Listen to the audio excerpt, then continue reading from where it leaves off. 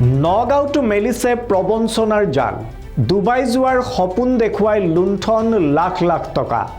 নগাঁওৰ বটদ্ৰৱাত ভুৱা ভিসা প্ৰদানেৰে প্ৰবঞ্চনাৰ জাল মেলিছে দুই পিতা-পুত্ৰ ক্ৰমে নাজবুল ইছলাম আৰু মফিজউদ্দিনে লাখ লাখ টকা আত্মসাৎ কৰি আত্মগোপন কৰি আছিল বহিৰাজ্যত ঢিঙৰ এটা পৰিয়ালে ডুবাই যোৱাৰ বাবদ দুই প্ৰবঞ্চকৰ হাতত তুলি দিছিল 4,10,000 টকা ভুক্তভোগী পৰিয়ালটোৱে ঘৰৰ সকলো বয় বস্তু যেনে মাটিবাৰী গাই গৰু পুখুৰী দোকান আদি বিক্ৰী কৰি এই ধনৰ যোগাৰ কৰিছিল সংবাদ মাধ্যমৰ আগত জানিব দিয়া অনুসৰি ঢিঙৰ সোণাৰী গাঁৱৰ বাসিন্দা হাছিমউদ্দিনে জি জুৱাই ডুবাই যোৱাৰ বাবদ 4,10,000 টকা দিছিল দুই প্ৰবঞ্চকক কিন্তু ডুবাইৰ খলনি তেওঁলোকে গুৱাহাটীত 12 দিন কলকাতাত 12 দিন আৰু মুম্বাইত 12 দিন পণবন্দী হৈ আছিল অৱশেষত উপায়ন্তৰ হৈ হাছিমউদ্দিনে বাকি থকা বয়বস্তু বিক্ৰীৰে ঘৰলৈ ঘূৰাই আনে জি জুৱাই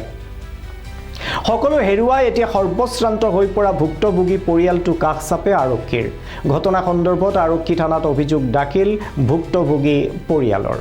আৰক্ষী আটক কৰে দুই প্ৰবঞ্চক পিতা-পুত্ৰক বহিৰাজ্যত আত্মগোপন কৰি আছিল দুই অভিযুক্তই আৰক্ষী থানাত অভিযোগ দাখিল কৰা দুই অভিযুক্তই ভুক্তভোগী পৰিয়ালক 1 লাখ টকা ঘূৰাই দিয়ে আৰু 3.5 লাখ টকা ঘূৰাই দিয়াৰ লিখিত প্ৰতিশ্ৰুতি দিয়ে মোৰ নাম হাছিমউদ্দিন ঢিং সোণাৰী গাঁৱত ঘৰ এই মমতাজ আৰু ফিকুল মোৰে ছোৱালী আৰু জোঁৱাই তেওঁলোকে মানে কামৰ বাবদ আৰব ওমান যাম বুলি মানে নিয়ত কৰি এই মফিজউদ্দিন আৰু নাজমুল বোলা ল'ৰাজনে পইচা কৰি আনিলে ঘৰতে মোৰ নিজৰ হাততেই মই গন্তি কৰি দিছোঁ মোৰ হাততেই দিলোঁ 4,10,000 টকা এই ভিজাটো দিয়া নহ'ল 2 নম্বৰ আৰু মোৰ ছোৱালী আৰু জোঁৱাই আৰু এই ল'ৰা 3জন ল'ৰাৰ জীৱনেই শেষ তাৰপিছত আকৌ মই মানে গৰু গাই বেছি মুম্বাই বেছি তেওঁলোকক ঘৰলৈ অনা হ'ল মোৰ নাম পিৰকুল ইছলাম মই ডুবাই যাবলৈ এই জামতলা ৰামপুৰ পাম মফিজউদ্দিন বুলি কয় তেখেতৰ পিতাকৰ নাম নাজমুল হক তেখেতক আমি 3টা মানুহ যাম বুলি 4,10,000 টকা দিছিলোঁ ডুবাই যাম তাৰপাছত আমাক ভিজা দিব এনেকৈ কৈ ভিজাটো দিয়াৰ পাছত আমি ঘৰৰ পৰা গ'লোঁ মানে আমাৰ ঘৰত সব যি আছিল পুখুৰী চুখুৰী সব মই দোকান চোকান সব বেছি থৈ গ'লোঁ যোৱাৰ পাছত মুম্বাই নি পেলাই গুৱাহাটী ৰাখিলে 12 দিন মুম্বাই ৰাখিলে 12 দিন কলকাতা ৰাখিলে 12 দিন এনেকৈ ঘূৰাই ঘূৰি আমাৰ সব পইচা পাতি সব গাইব হৈ গ'ল যিমান পইচা আছিল সব মই ধাৰ কৰি মই মানে একদম অসহ্য হৈ গৈছোঁ লাষ্ট পৰ্যায়ে আমি যাব পৰা নাই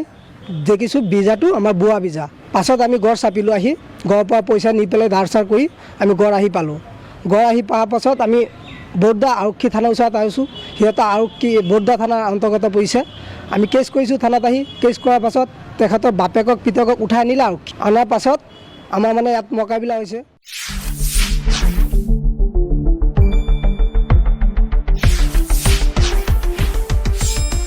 শুদ্ধ আৰু বিস্তৃত বাতৰিৰ বাবে চাই থাকক নিউজ ডেস্ক ৰিপৰ্ট।